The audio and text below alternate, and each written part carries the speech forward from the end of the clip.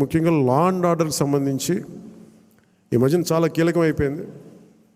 National media అడిగింది, మన కర్నూలులో జరిగిన సంఘటన, ఉమ్మడి కర్నూలు జిల్లాలో జరిగిన సంఘటన, ఒక చిన్నపాటి బిడ్డ మీద ఏం జరిగిందో అందరూ మైనర్ బాలు ఏం చేశారు మీకు అర్థమైంది. నన్ను స్పందించమన్నారు. ఏం మాట్లాడాలంటే, ఒక 18 ఏళ్ళు దాటిన యువతనైతే ఎలాంటి పనిష్మెంట్ అని ఇచ్చేయచ్చు. ప్రతిసారి ఇలాంటి దుర్ఘటనలు జరిగినప్పుడల్లా ఒక మనిషిని ఎన్కౌంటర్ చేస్తే సమస్య తీరిపోద్దా అనేది ఎప్పుడు నాకు సందేహం. మరి ఏం చెయ్యాలి అనేది కూడా అందరూ కూర్చొని చేయాలి. అందుకని మన వ్యవహార శైలి, ముఖ్యంగా రాజకీయ నాయకుల్లో చాలా మార్పు రావాలి. వీరి భాషా వ్యవహారాలు ఇష్టం వచ్చినట్టు తిట్టేసి, ఇష్టం వచ్చినట్టు బూతులు తిట్టేస్తే, నాయకుల్ని రౌడీల్ని పెంచి పోషిస్తే చిన్నపిల్లలకు కూడా అది ఆలవాలం అయిపోయింది. అందుకని లా అండ్ ఆర్డర్ విషయంలో మీరు చాలా టఫ్గా ఉండండి. మన ఎమ్మెల్యేలందరికీ చెప్తా ఉన్నాను, మన ఎంపీలందరికీ చెప్తున్నాను, చాలా చాలా బలంగా ఉండండి, అన్కాంప్రమైజింగ్ ఉండండి లా అండ్ ఆర్డర్ సంబంధించి. అలాగే విద్యా వ్యవస్థలో కూడా మనం నెక్స్ట్ మీటింగ్లో ఎప్పుడు కూర్చున్నప్పుడు దీనికి సమాజం కూడా మారాలి, కొంత బాధ్యత తీసుకోవాలి. ఈ సినిమాలు చూసో లేదంటే సామాజిక మాధ్యమాలకు ప్రతి ఒక్కరం కూడా మన కుటుంబాల పట్ల మనం బాధ్యత తీసుకోవాలి. ఇదే నేను ఒక cabinet meeting, last cabinet meeting నేను వస్తూ ఉన్నప్పుడు ఒక తల్లి ఇక్కడ వచ్చి ఆగింది.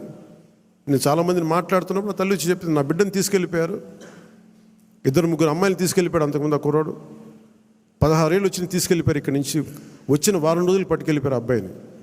9 నెలలు అయిపోయింది, నేను ఎవరికి చెప్పుకోవాలో తెలియట్లేదు. కంప్లైంట్ ఇచ్చాం మాచవరంలో. అంటే మన కేకే గారిని పంపించి వెంటనే కన్సర్న్ పోలీసు అధికారితో మాట్లాడితే 9 నెలల్లో సాధించలేనిది 9 రోజుల్లో తీసుకురాగలిగాం.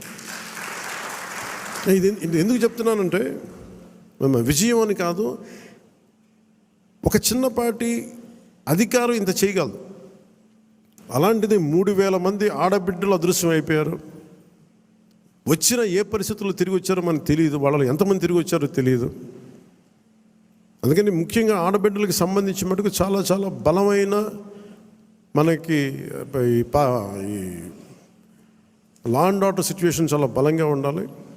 అందుకని మనందరం కూడా పర్సనల్గా, అపార్ట్ ఫ్రమ్ పార్టీ, మనందరం కూడా దీనికి భవిష్యత్తులో ఇలాంటివి జరగకుండా, నంద్యాల ఇన్సిడెంట్ లాంటివి జరగకుండా ఉండాలంటే ఏం చేయాలి? మాధ్యమాల్లో, ప్రసార మాధ్యమాలు కూడా నా కోరిక ఏంటంటే, ఎంతసేపు తిట్ల పురాణాలు కాకుండా మీరు ఇవ్వాల్సింది ఇలాంటి చర్చలు, ఇలాంటి దుర్ఘటనలు జరగకుండా ఉండాలంటే ఏం చేయాలి, దాని మీద కొంచెం హెల్తీ డిబేట్స్ పెట్టండి.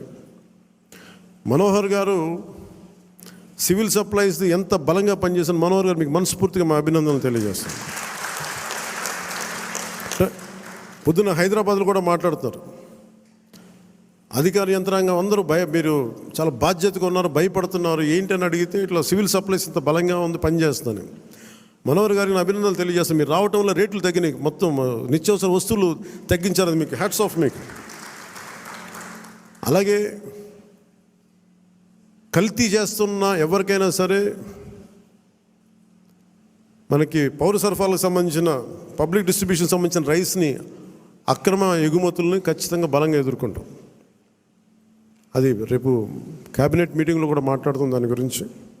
పెట్టుబడులు వచ్చేలాగా, భవిష్యత్తు ఆనందదాయకంగా ఉండేలాగా, అందరికీ ఉపాధి అవకాశాలు కల్పించేలాగా భవిష్యత్తులో మనందరి కార్యక్రమాలు ఉంటాయి. మీ అందరికీ నేను అండగా ఉంటానని తెలియజేసుకుంటూ, జస్ట్ మీకు 2 వీక్స్ ముందు మీరు నాకు దయచేసి మీరు అందరూ నా అపాయింట్మెంట్ కావాలి, మీతో నాతో మాట్లాడాలంటే నేను మీకు అందుబాటులో ఉంటాను.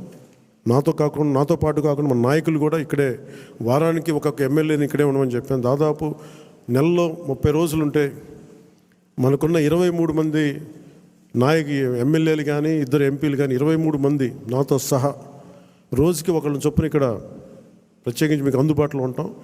మీ నియోజకవర్గపు కష్టాలు కావచ్చు, ప్రజల సమస్యలు కావచ్చు, ఏదైనా సరే మీకు చెప్పుకోవడానికి మీకు అండగా మీకు ఇక్కడే ఉంటారు, కనీసం ఒకళ్ళు ఉంటారు.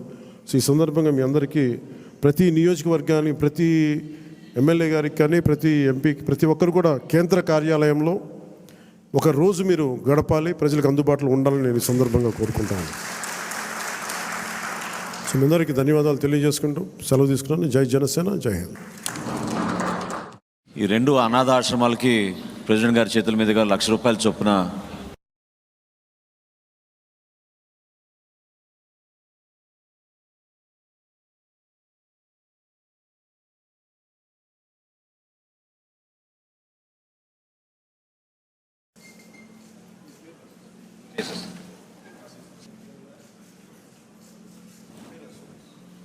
Thank you. దయచేసి అందరు నిలబడండి జాతీయ గీతం కోసం చివర్లో.